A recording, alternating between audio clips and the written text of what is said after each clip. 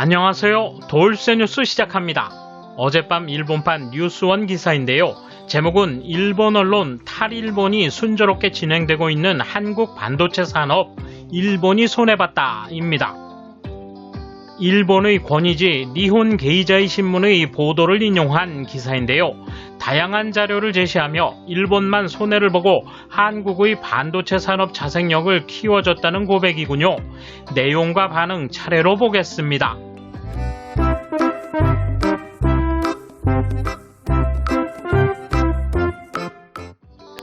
반도체 및 디스플레이 핵심 소재 수출 규제로 일본 경제는 손해를 받고 한국 반도체 산업은 자생력을 키웠다는 일본 내부의 평가가 나왔다.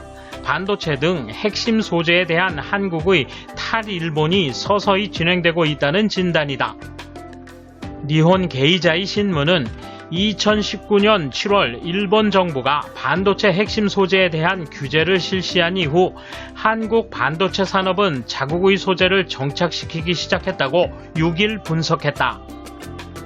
나아가 신문이 인용한 한국무역협회 자료에 따르면 한국의 2020년 일본 불화수소 수입량은 2019년 대비 75% 감소했다고 지적했다. 즉 한국의 일본으로부터의 반도체 소재 수입량은 2019년 6월에 3026톤에서 8월에는 제로로 떨어졌다. 같은 해 12월 수입 재개로 793톤까지 회복됐지만 그 이후로는 증가하지 않아 2020년 월 평균은 400톤 정도에 그쳤다. 수입 감소분을 보충한 곳은 한국의 반도체 소재 기업들이다. 삼성전자가 출자한 솔브레인을 비롯해 SK머티리얼즈 등이 일본 기업과 비슷한 수준의 초고순도 불화수소를 양산하기 시작한 것이다. 신문은 이에 따라 타격을 입을 일본 기업으로 불화수소 사업을 중점적으로 펼치고 있는 스트라케미화와 모리타 화학공업 등을 꼽았다.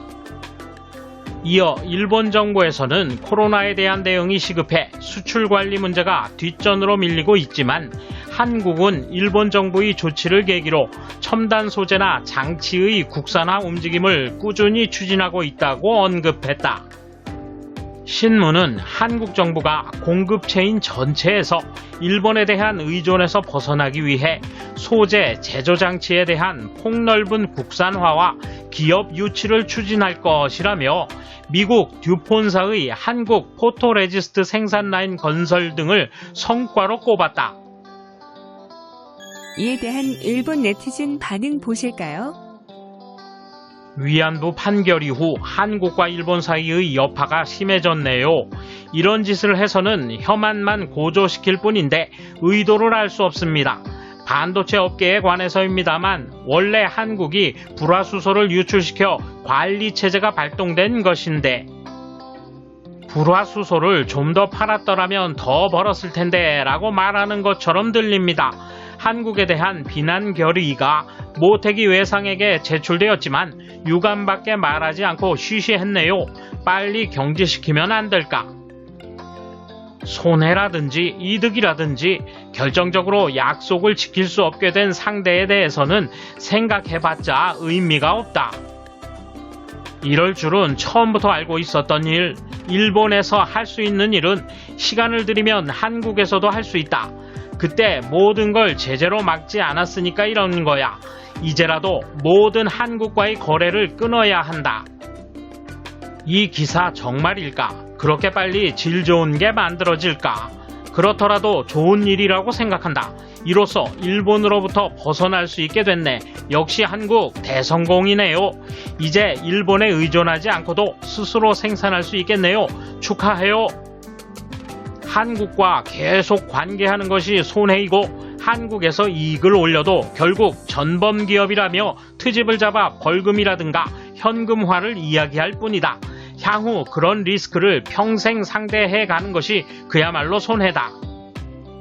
이건 일본 정부가 끝까지 상대의 태도나 정세를 지나치게 의식해 경제 제재에 나서지 않았기 때문이다. 그만큼 한국을 여유롭게 대한 결과다. 다만 한국이 아무리 열심히 해도 내구성이나 성능에서는 이길 수 없을 것이다. 이것을 가장 잘 알고 있는 것은 한국이겠지. 국산차 등이 좋은 예다. 모양은 닮아도 성능이나 내구성에선 하늘과 땅만큼의 차이가 난다는 걸 세상은 알고 있다. 하지만 시간을 주면 일본도 위태롭다. 빨리 손을 써야 한다. 불화수소는 고순도가 문제인데 한국은 만들 수 없다. 고순도가 아닌 물건이라면 저렴하기 때문에 일본에서도 중국으로부터 수입할 정도다. 아무리 일본에서의 수출이 감소했어도 고순도는 여전히 일본에서 수입해야 할 상태다. 그리고 수출 관리 강화로 여분의 고순도 불화수소는 한국에 수출되지 않게 되었다. 따라서 알 수 있게 된 것은 전년과의 차이로 지금까지 한국이 요구한 여분의 불화수소의 양이다. 문 정부 들어 박근혜 정부 때보다 일본에서 수입한 불화수소의 양이 3배 이상 된 것 같은데 그게 어디로 갔는지 무엇에 쓰였는지 한국을 추궁하기 위한 재료로 써야 한다. 철저히 박살내지 않아서 안 됐던 거야. 국내 여론처럼 국제 여론도 주목을 받을 때는 한때뿐이다. 숨통을 끊어줘야지.